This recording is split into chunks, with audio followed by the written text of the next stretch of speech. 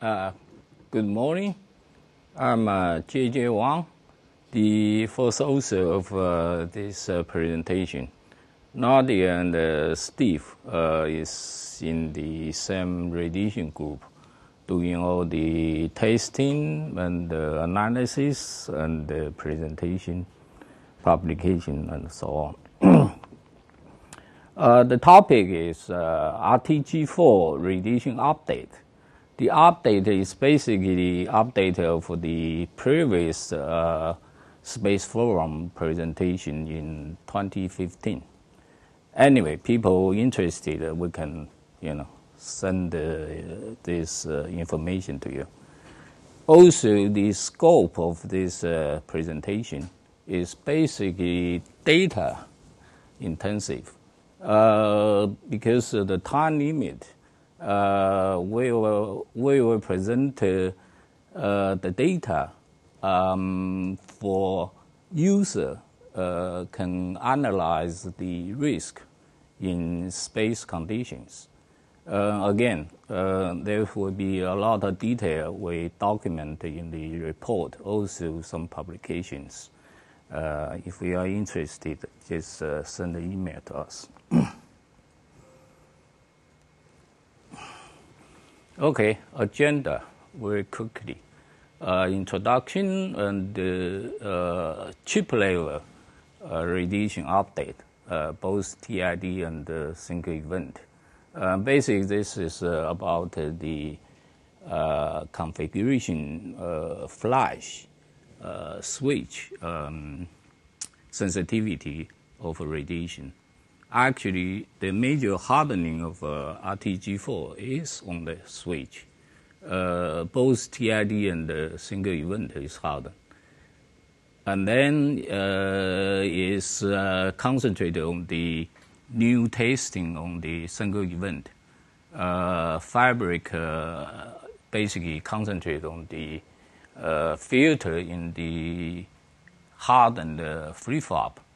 Also, we test the mass block. For high-speed application, PL and SERDES heavy ion testing data presented. And finally, the reprogramming in space flight. Basically, for testing-wise, is we reprogramming in heavy ion beam. The next slide, I'm using this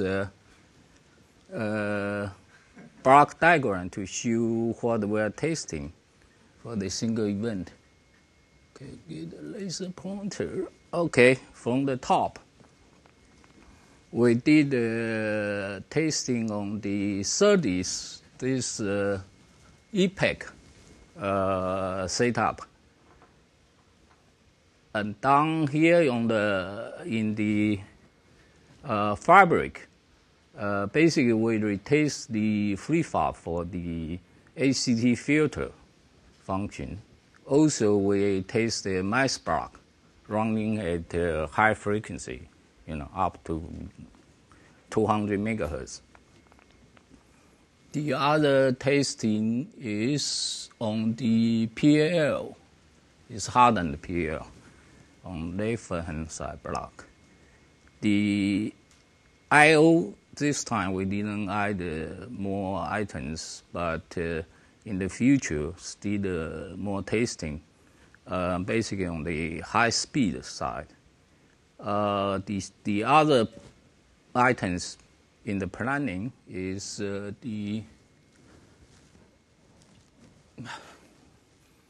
the block on the right-hand side as SpaceWire. We have a plan with the SpaceWire inventor, StarDownD, to perform preliminary testing actually next month. And the DDR we plan to, because it's a gigahertz range, we're going to use the evaluation board to do the testing. That's in the future. Since Min talked about the general introduction of the RTG4, so let's go to next page. Okay, so this is the cell level, chip level, hardening. But the key thing is flash cell. So the design of the flash configuration cell is hardened. It's like a complementary structure. You have P flash, N flash, pull up and pull down. This PMOS in the middle actually is serve as a resistor. It's just for reliability issue. And the output control the switch, which passing data. The good thing for this configuration, first of all, is for TID. If we measure propagation delay with respect to total dose, for previous, just use N flash, you can see the delay increase drastically with total dose. It's running out of spec, like a 10% degradation, around 25. But this new, I call the C flash, up to 125 carat, you don't see any degradation. Also, this is more kind of accidental or whatever. We found out, the new data found out we reprogramming on this RTG4 because I think it's because of this switch and the associated programming circuit. We irradiated very high AAT ion and with very high fluence and being tested, like one pass being tested multiple times. And the total equivalent total dose can run up to 100K. But we can still reprogram, still retest these parts. And I know NASA Goddard, they have the same experience. Actually, they irradiate even more than us because they have less samples. Anyway, that's this new single event reprogramming in the BEAM study will be presented later. Okay, so we start with fabric single event. First of all, the testing of the fabric flip-flop, the design is a simple shift register, basic kind of pipeline design. Then you measure the error at the output. Look at the first data plot on this, we call the ACT filter off. It has the flip-flop called the STMR flip-flop. ACE means ACT filter, and the combinational hardening is using a TMR structure. So you look at the data on the left. We use PL and provide 4 different frequencies in different four chain of shift register. So collect the data, you can see at the low frequency, 1 megahertz is bottom here. So we didn't find any upset. So this data point just means the cross section is below this. And look at the higher frequency, basically is error rate is proportional to the frequency. This exactly fit into the theory that all this error we can observe is ACT, not ACU. And if we compare with filter turn on, use a standard 400 picosecond filter. Actually, we use a higher, like 800. The data basically similar. You can see the error rate. That's a cross section, about 2 times less. So this actually is under expectation. Why it's only 2x? I will kind of explain later when we have the same filter testing on the mass block. So the error rate also shown in this table. You compare with the Smart Fusion 2, which is not hardened. 1 megahertz compared to RTG4 is many order of magnitude difference. And then you see 200 megahertz, the error rate is higher because ACT. Okay, mass block.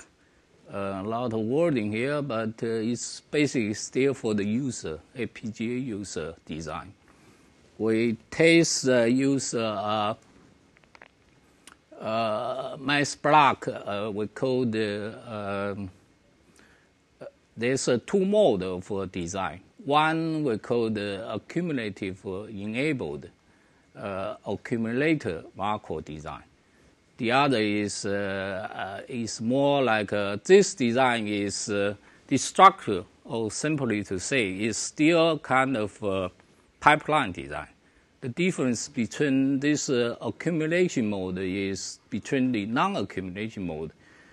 Is the accumulation mode, you use less logic, but you form a loop, so you keep accumulate the mice one turn after the other use the same flip-flop. But the other mode is basically a sequential mode. So the basic testing, still the error rate of the register into the flip-flop. However, when you use accumulation mode, there's a possibility to generate an error, although the flip-flop is also hardened. But once you have error generated in the flip-flop, the looping will cause the error trap in the design. So you need a reset to come out of that. But if you use the non-accumulated mode, then ACT won't be trapped. It's all the data is just ACT error. So the result is plot here. You with this is two different frequency, 150 megahertz. Then you see the filter enabled data underneath here, the read square, compared with filter disabled. The difference is 10 times. And why this is 10 times compared with the flip-flop is only 2 times. The reason is when we use mass block, the whole thing is basically between one flip-flop to the other flip-flop. It's hardwired. But you test the STMR flip-flop between two flip-flop actually is routed. There's a routing switch connect to it. So there's a parasitic filter in the flip-flop design. So that's why you don't see the completely the ACT filter in the hardened design. This really shows the ACT hardening of that filter. So 10x, that's meet the design expectation, make a designer very happy for this data. Okay, we also test the global clock buffer, 2 level. Top level is global. The second level called raw global. Basically, you routed this connected the flip-flop with this clock. Then you test the global error. We up to later 30. We didn't see any upset of these globals. The cross-section for upper is the global, yeah, of course. Down because there's more raw global, so you can get more accurate testing.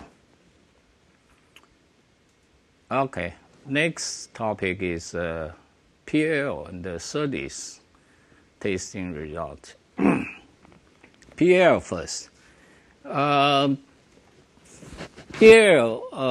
the testing is basically we call the functional interrupt. But basically, that means PL loss of lock. Loss of lock happens in any kind of noise, very strong noise causes the loss of lock. Single event, of course, can do that. But the thing is, if your PL design is good, you will safely recover. So the major test for this is to check if it's safely recoverable, or we need a reset to reset the whole PL. The result is basically much better than the previous non-hardened PL. It's always safely recoverable. Lock loss is about less than 100 microseconds. It lost lock, but it will recover. You just look at the output data using the PL, you can see that. So this is the cross-section of lost lock, the safe recoverable lost lock. Okay, SAFET testing. This is SERDES testing. It's quite complicated, so it takes us some time to really prepare a real test. We started this probably 2-3 years ago. Finally, found out design. Have to talk to a lot of designers to figure it out. Just look at this block.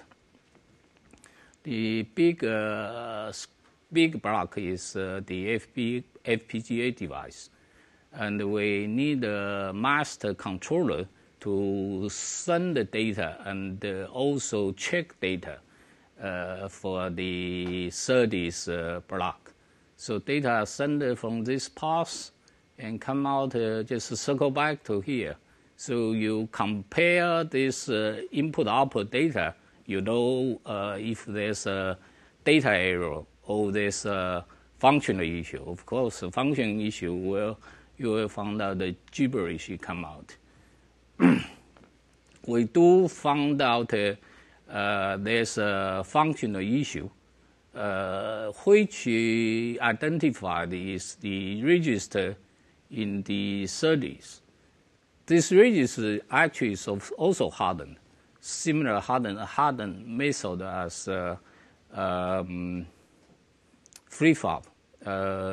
However, because the speed and the amount of data, sooner or later it will get corrupted. So the way to recover it is using an off-chip controller here. This is a control core ABC. That's attachment in the chip. Use core ABC function as detection and the correction of the register data here. Once we found that it is corrupted, we'll send the controller will send a message and ask core ABC to reload the right configuration into it. That's recover the function of the SERDES, this SERDES testing. So actually, we have two types of error. One type is I just say the functional error is SAFET because of corruption of the register in the SERDES. And that data rate is very low. It's way down here. So only happen like we only detect a few times. the data error. That is you measure the data in, out, and come back to compare. That data curve is here, so you can use this to calculate the error rate in space. Okay, so summary about the SERDES. This system reset was required. No system reset is required to recover link loss. Link loss means that surfacing. Link loss because the register in the SERDES get corrupted. And most safe is safe recoverable. So that's this line. This is non-recoverable. We have to recover use the core ABC. But still, we test the only one setup of the SERDES called EPEX. The higher speed, like a PCIe, that's usually SERDES standard, is very high speed, higher than EPEX. EPEX kind of user-defined, so we can run a few hundred megahertz. That will be same as DDR testing, where I have to use the evaluation board to do in the future. Okay, now is more preliminary, but also kind of exciting thing for RTG4. This was not a problem. Basically, for previous flash-based FPGA, when you irradiate enough ion up to kind of equivalent total dose, even below 10K, then it's dead as far as reprogramming sense. You cannot reprogram it. But for RTG4, we can keep reprogramming, just mentioned before, forever. The testing, we are using the standard actual customer use, Flash Pro. And we're programming in bin, and often get interrupt. But interrupting is soft error. It didn't damage anything. Because this mentioned, for off-bin, after irradiation, we can always keep reprogramming. And this is the wrong number and all the testing condition for in-bin reprogramming. In-bin reprogramming means we irradiate and then we keep reprogramming. Okay, this is just log document to show how you detect the reprogramming error. Next one. Then here shows the physical evidence of when it's reprogrammed, when it's not. Look at the current of the power supply here. When it's at high, it's during programming. But when it interrupts, it drops to low current state. Then we restart, so it's getting up high again. And this plot is showing we try many times, but always can keep reprogramming. This interruption basically is because if you look at the schematic of block diagram of reprogramming mechanism, the data to set up to configure the reprogramming action is the x-axis of a shift register and the y-axis of a shift register. Unfortunately, because of the size issue or what, this register was not hardened. So actually all this interrupt is because of a register offset, and it's just soft error. And we plot the cross-section with AET on this reprogramming interrupt, we can get Weibo parameter here and estimate in the standard environment geo mean. Rate is like this. In reality, because the space flux is way lower than the can be million times lower than the testing condition. Anyway, the probability is very low. This slide is just a preliminary. We will generate new informations. So basically, the reprogramming in space is definitely looks very positive because we keep reprogramming, never had a real hard error.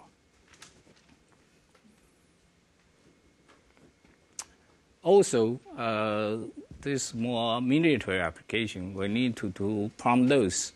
We book Boeing and we plan to perform in late July. And the contact information is CAN and the mean. And also the update, I think we already received a lot of people asking the reprogramming issue. So this update should contact our marketing too. Okay, this is the last one. The summary.